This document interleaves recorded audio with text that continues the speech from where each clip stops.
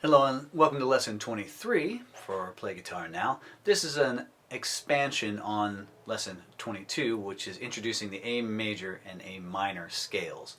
In this case, I'm going to actually show you exactly the same thing as the prior lesson. However, I'm going to play the scales on different strings. Still linear, meaning it's just on those one strings. This is to start to open up the neck for you a little bit.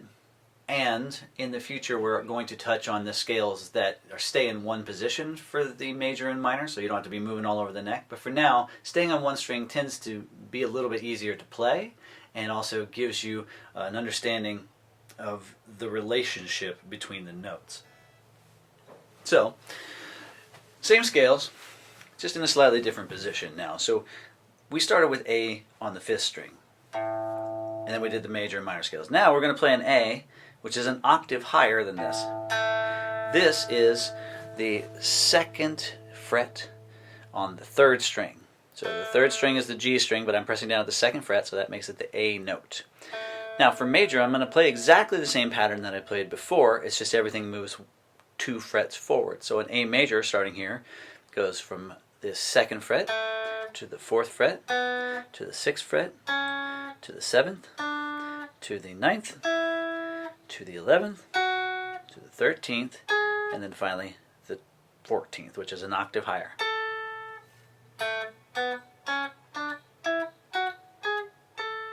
Now I can again go even an octave higher than that. This A on that 2nd fret, I can jump to an octave higher that is on the E string, so the high thin string at the 5th fret. Now we play exactly the same pattern again. It's 5th fret, 7th fret, 9th fret, 10th, 12th, 14th, 16th, 17th.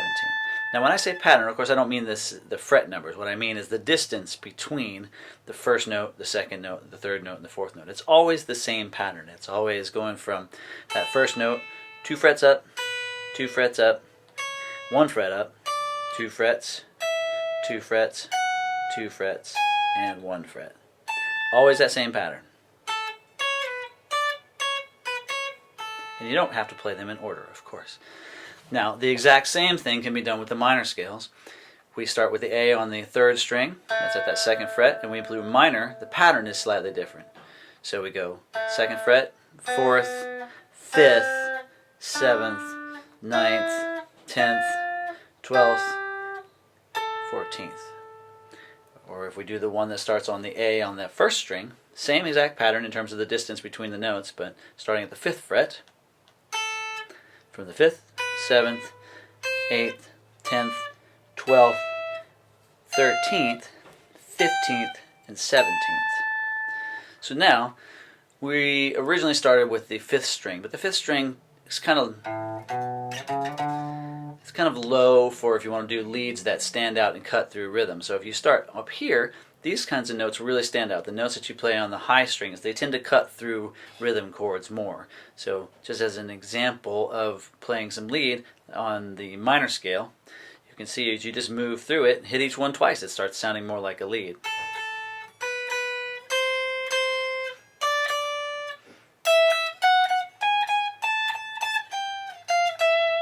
I mixed the 2 scales up there.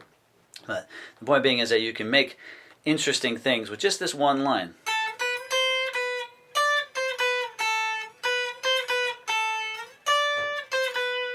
Okay. Record yourself an A, D, and E, those major scales, or minor scales if you want, and then play the scales against them. If you want to just play an A, D, and E, A5, D5, E5 with the power chords, then you can play with those 2 scales against them as well. So there are the linear versions of the A major and minor scales. All right, on to the next lesson.